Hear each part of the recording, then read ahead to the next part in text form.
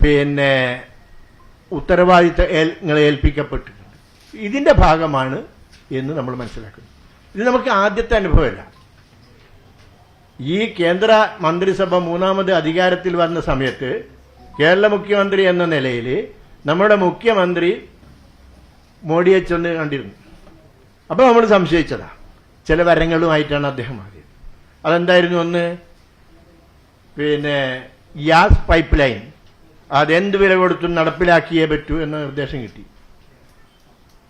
കേരയിൽ അതുപോലെ അതവിടെ എങ്ങനെയാണ് കൈകാര്യം ചെയ്തത്? പോലീസിനെ ഉപയോഗിച്ചുകൊണ്ട് അടിച്ചമർത്തി വളരെ ശക്തമായി ഈ ഗ്യാസ് പൈപ്പ് ലൈനിനെതിരെ നിന്ന പാർട്ടിയുടെ പോളിറ്റ് ബ്യൂറോ അംഗം മുഖ്യമന്ത്രി വളരെ ശക്തമായി ജനങ്ങളെ അടിച്ചമർത്തിക്കൊണ്ട് നടപ്പിലാക്കുന്ന കാഴ്ച നമുക്ക് കാണാൻ കഴിയും. പിന്നെ ഒന്നുള്ളത് മാവോവാദികളെ ഉന്മൂലനം ചെയ്യണമെന്ന്. ആ മാവോവാദി ഉന്മൂലനം പലയിടത്തും ഏറ്റുമുട്ടലൊക്കെ നമ്മൾ കണ്ടു. ഏറ്റവും അവസാനത്തിൽ തങ്ങളുടെ യുവജന പ്രവർത്തകരെ തന്നെ വിപ്ലവം സ്വന്തം കുഞ്ഞുങ്ങളെ കൊന്നു തിന്നുന്നു എന്ന് പറഞ്ഞതുപോലെ അലൻ താഹ സംഭവമൊക്കെ നമുക്കറിയാവുന്നതാണ്. ഇന്നിപ്പം വീണ്ടും എന്താണ് മുഖ്യമന്ത്രിയെ ഇതിനെ പ്രേരിപ്പിക്കുന്ന സംഗതി? നമുക്കറിയാം, ആദ്യത്തിൽ ലാവ്ലിൻ കേസ്, സ്വർണക്കൊള്ള, പിന്നെ വീണ വിജയന്റെ എക്സാലോജിക്ക് ബാന്ധവം, ഇന്നിപ്പം വീണ്ടും ലാവ്ലിൻ. അപ്പൊ ഇതാണ് ഇദ്ദേഹത്തിന്റെ മടിയിലുള്ള കനം. മടിയിൽ കനമില്ലാത്തവർക്കാരെയും ഭയപ്പെടാനല്ലേ ഞാൻ അഭിമാനിക്കുന്നു മക്കളെ കുറിച്ച് എന്നൊക്കെ പറയണ്ടല്ലോ. ഇതിന്റെ വിലയാണ് നമ്മൾ ഈ കൊടുക്കേണ്ടി വരുന്നത്. ഇത് നടപ്പിലാക്കാതെ മുന്നോട്ട് പോകാൻ മുഖ്യമന്ത്രിക്ക് കഴിയില്ല എന്നത് കഴിഞ്ഞ കുറേ അനുഭവത്തിന്റെ അടിസ്ഥാനത്തിൽ നമുക്ക് മനസ്സിലാകും. വിചിത്രമായ ചില വാദങ്ങളാണ് ഇതുമായിട്ട് ബന്ധപ്പെട്ട് ഉയർത്തിക്കൊണ്ടിരിക്കുന്നത്. മുഖ്യമന്ത്രിയും CPM നേതൃത്വവും വിദ്യാഭ്യാസ മന്ത്രിയും ഒക്കെ ഒപ്പിടും ധാരണാപത്രത്തിൽ, പക്ഷേ നിബന്ധനകൾ നടപ്പിലാക്കില്ല. ഫണ്ട് നഷ്ടപ്പെടുത്താൻ കഴിയില്ല. കുട്ടികൾക്ക് കഞ്ഞിയും പയറും വാങ്ങേണ്ട കാശാണ്. അത് നമ്മളായിട്ട് എന്തിനു നഷ്ടപ്പെടുത്തുന്നത്? എന്തൊരു ശുദ്ധഗതി ഇതാ പറഞ്ഞുകൊണ്ടിരിക്കുന്നത്. എങ്ങനെയാ ഈ വ്യവസ്ഥയൊന്നും നടപ്പിലാക്കാതെ, ഈ നിബന്ധനകൾ നടപ്പിലാക്കാതെ ഫണ്ട് കിട്ടുക? ഫണ്ടില്ല, പിടിച്ചു വച്ചിരിക്കുന്ന കിട്ടുക? നടക്കാൻ പോകുന്ന സംഗതിയല്ലല്ലോ. ഒപ്പിടും, പക്ഷേ അജണ്ട നടപ്പിലാക്കില്ല. ഒരു പശുവിനെ വിറ്റ കഥ ഉണ്ടല്ലോ, ഗൃഹനാഥൻ.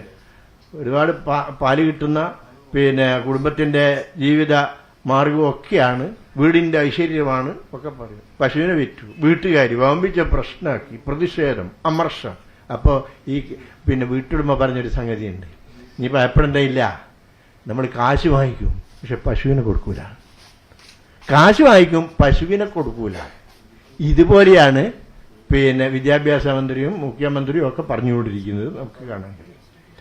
CPI ശക്തമായ പ്രതിഷേധം ഉയർത്തുന്നു. പക്ഷേ CPI പിടിച്ചു നിൽക്കുമോ നമുക്ക് ബോധ്യമില്ല. നമുക്ക് സംശയമുണ്ട്. കഴിഞ്ഞകാല അനുഭവങ്ങൾ എന്താ, പൂരം കലക്കലും അതുപോലുള്ള നിരവധി സംഭവങ്ങളിൽ അവരെടുത്ത നിലപാടും പിന്നീട് വന്നതെന്ന് നമുക്കറിയാം. അവരോട് സ്വീകരിക്കുന്ന സമീപനം നമ്മൾ കണ്ടല്ലോ. അവഗണിച്ചുകൊണ്ട് പുച്ഛിച്ച് തള്ളി മുന്നോട്ട് പോയി. ഏത് CPI എന്നാണ് സംസ്ഥാന സെക്രട്ടറി ചോദിച്ചത്. ഇത് നടപ്പിലാക്കുന്നതിനെക്കുറിച്ച് പറഞ്ഞപ്പോൾ മാധ്യമപ്രവർത്തകർ CPI ശക്തമായ എതിർപ്പ് ഉയർത്തുന്നുണ്ടല്ലോ എന്ന് പറഞ്ഞപ്പോൾ അവരെ ഞങ്ങൾ കൈകാര്യം ചെയ്തോളാം. അതാണ് ഇന്നലെ മന്ത്രിസഭയിൽ ആശങ്കകൾ അറിയിച്ചപ്പോൾ എന്താ ചെയ്യ മുണ്ടില്ല, വിദ്വാനാവാൻ ശ്രമിച്ചു. ഇങ്ങനെ അവഗണിച്ചുകൊണ്ട് പോവുക. പിന്നെ UDFന്റെ ഭാഗത്ത് നിന്ന് അല്ലെങ്കിൽ കോൺഗ്രസിന്റെ ഭാഗത്ത് നിന്ന് ശക്തമായ, പ്രതിപക്ഷത്തിന്റെ ഭാഗത്ത് നിന്ന് ശക്തമായ എതിർപ്പുണ്ടാവും എന്ന് വിചാരിക്കാനും നമുക്ക് കഴിയുന്നില്ല. അതിലൊക്കെ ചില ചരിത്രമൊക്കെ ഉണ്ട്. ഈ വിദ്യാഭ്യാസം നേരത്തെ സ്റ്റേറ്റ് ലിസ്റ്റിലായിരുന്നു. അടിയന്തരാവസ്ഥ കാലത്ത് 1976 ഇന്ദിരാഗാന്ധിയാണ് 42ാം ഭരണഘടനാ ഭേദഗതിയുടെ ഭാഗമായിട്ട് ഇത് കൺകറന്റ് ലിസ്റ്റിൽ കൊണ്ടുവന്നു.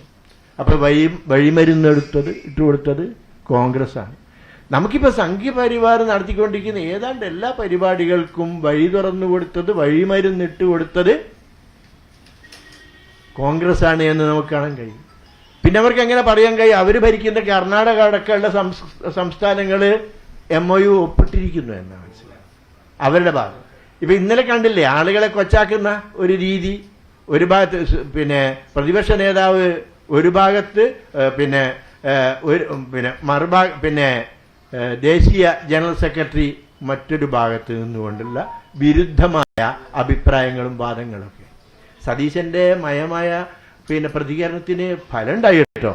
എന്താ ഉണ്ടായത്? ഒരൊറ്റ ദിവസം കൊണ്ട് കേരളത്തിൽ ഏറ്റവും ഉന്നതനായ പ്രതിപക്ഷ നേതാവായി മാറിക്കഴിഞ്ഞു. ഒരിടത് സഹയാത്രികന്റെ ഇന്നലെയുള്ള കമന്റ് അതാണ്. അപ്പൊ ജനങ്ങളെ വിഡ്ഢികളാക്കിക്കൊണ്ട് അതുപോലെ മറ്റൊരു സംഗതി, ഇത്തരം വിഷയങ്ങളൊക്കെ ഉണ്ടാകുമ്പോൾ യുവജന വിദ്യാർത്ഥി സമൂഹത്തിന്റെ ഭാഗത്തു നിന്നാണ് ശക്തമായ പ്രതിരോധം ഉണ്ടാവേണ്ടത്. വിദ്യാർത്ഥി സംഘടനകളുടെ യോഗം വിളിച്ചു കൂട്ടിയിരുന്നു വിദ്യാഭ്യാസ മന്ത്രി ശിവൻകുട്ടി. അപ്പോ ABVP ഒഴിച്ചുള്ള എല്ലാ പാർട്ടികളും എല്ലാ വിദ്യാർത്ഥി സംഘടനകളും ശക്തമായ എതിർപ്പുമായി രംഗത്ത് വന്നു. അദ്ദേഹം ഇത് പെൻഡിങ്ങിൽ വെച്ചിരിക്കുകയാണ്, ഇത് നടപ്പിലാക്കുന്ന പ്രശ്നമില്ല എന്ന് പറഞ്ഞു. പക്ഷെ ആ വിദ്യാർത്ഥി വിഭാഗങ്ങളോടോ മറ്റോ ഒരാലോചനയില്ലാതെയാണ് ഇതിപ്പം നടപ്പിലാക്കാൻ തീരുമാനിച്ചിരിക്കുന്നത്. ഞാൻ ബോധപൂർവ്വം പറയണത്. മന്ത്രിസഭയിലും പോലും വെക്കേണ്ടതില്ല എന്ന നിലപാടിന്റെ അടിസ്ഥാനത്തിലാണ് ഈ വിവാദമായ സമയത്ത് ഇന്നലെ ചേർന്ന മന്ത്രിസഭയിൽ പോലും ഇത് അജണ്ടയിൽ ഉൾപ്പെടുത്താതിരുന്നത്. ഇത് നടത്തിയച്ചാൽ മാത്രം മതി, അവരെ ഞങ്ങൾ കൈകാര്യം ചെയ്തു കൊള്ളാം. അപ്പോ ഞാൻ യുവജനങ്ങളെ കുറിച്ചാണ് പറയുന്നത്. നമുക്ക് പ്രതീക്ഷ യുവജന പാർട്ടികളിലും നേതാക്കന്മാരിലും ഒക്കെ അല്ലേ. പക്ഷെ എന്തൊരു ദുരന്തമാണ്. സമരമുഖങ്ങളിൽ ആളിപ്പടർന്ന വിപ്ലവ ജ്വാല ഇന്ന് എത്തി നിൽക്കുന്നത് എവിടെയാണ്? DYFI നേതാവ്, സംസ്ഥാന നേതാവ് പറഞ്ഞിരിക്കുന്നത് ഇതിന് പൂർണ്ണമായ പിന്തുണയാണ്. ഫണ്ട് വാങ്ങാം, നടപ്പിലാക്കരുത് എന്നൊക്കെ കൂട്ടത്തിൽ പറയുകയും ചെയ്യും. അപ്പൊ ആരെയും പ്രതീക്ഷിക്കാനില്ല. ഇനി സാമ്പത്തികമായ പ്രശ്നങ്ങളാണ് ഫണ്ട് പിടിച്ചു വെക്കുന്നതാണ് ഇതിന്റെ കാരണം എന്ന് പറയുന്നത്. സാമ്പത്തികമായ പീഡനങ്ങൾ നടന്നുകൊണ്ടിരിക്കുന്നു കേന്ദ്രത്തിന്റെ ഭാഗത്ത് നിന്ന്. സാമ്പത്തികമായ പീഡനം നടന്നുകൊണ്ടിരിക്കുന്ന നമുക്ക് മാത്രമല്ല, ഏറ്റവും കൂടുതൽ തമിഴ്നാട്ടിനാണ്, പശ്ചിമ ബംഗാളിനാണ്. അവരൊക്കെ തന്നെ നിലപാടിൽ ഒട്ടും പിന്നോട്ട് പോവുകയില്ല എന്ന നിലപാടാണ് സ്വീകരിച്ച്. നമുക്കറിയാമല്ലോ, സ്റ്റാലിൻ പറഞ്ഞത് ഞാൻ പറഞ്ഞു, 10,000 കോടി എന്നാലും പിന്നോട്ട് പോകുന്ന പ്രശ്നമില്ല. പശ്ചിമ ബംഗാളിനും തമിഴ്നാട്ടിനും SAA ഫണ്ട് നിഷേധിക്കൽ. SAA എന്ന് പറഞ്ഞാൽ സമഗ്ര ശിക്ഷ അഭിയാൻ, അതുപോലെ ദേശീയ തൊഴിലുറപ്പ് പദ്ധതിയുടെ ഫണ്ട് തടഞ്ഞുവെക്കല്, PM ആവാസ് യോജന തടഞ്ഞുവെക്കല്, പോലീസ് നവീകരണത്തിനുള്ള ഇതിന് പശ്ചിമ ബംഗാളും തമിഴ്നാടും ഒക്കെ ചെയ്തുകൊണ്ടിരിക്കുന്നത് സ്വന്തമായ ഫണ്ടുകൾ കണ്ടെത്തിയിട്ട് കാര്യങ്ങൾ നടത്തി മുന്നോട്ട് പോകുന്നതാണ്. എന്തിനൊക്കെ? അധ്യാപകർ ശമ്പളം കൊടുക്കുന്നതിൽ, അടിസ്ഥാന സൗകര്യം ഒരുക്കുന്നതിൽ, വിദ്യാർത്ഥികളുടെ ക്ഷേമ പ്രവർത്തനങ്ങൾക്ക് തുടങ്ങി എല്ലാറ്റിനും. പശ്ചിമ ബംഗാളിൽ എടുത്തു പറയേണ്ട ഒരു സംഗതി, അവർക്ക് മഹാത്മാഗാന്ധി ദേശീയ തൊഴിലുറപ്പ് പദ്ധതി ഫണ്ട് നിഷേധിച്ചു. അവരെന്താ ചെയ്തതെന്ന് പറഞ്ഞാല് സ്വന്തമായി ഒരു ആവാസ് യോജന പദ്ധതി ആവിഷ്കരിച്ചു. പാർപ്പിടങ്ങൾ ഉണ്ടാക്കി കൊടുക്കുന്നത് 12 ലക്ഷം ഉപഭോക്താക്കളുള്ള സ്വന്തം പദ്ധതി ആവിഷ്കരിച്ചവർ മുന്നോട്ട്.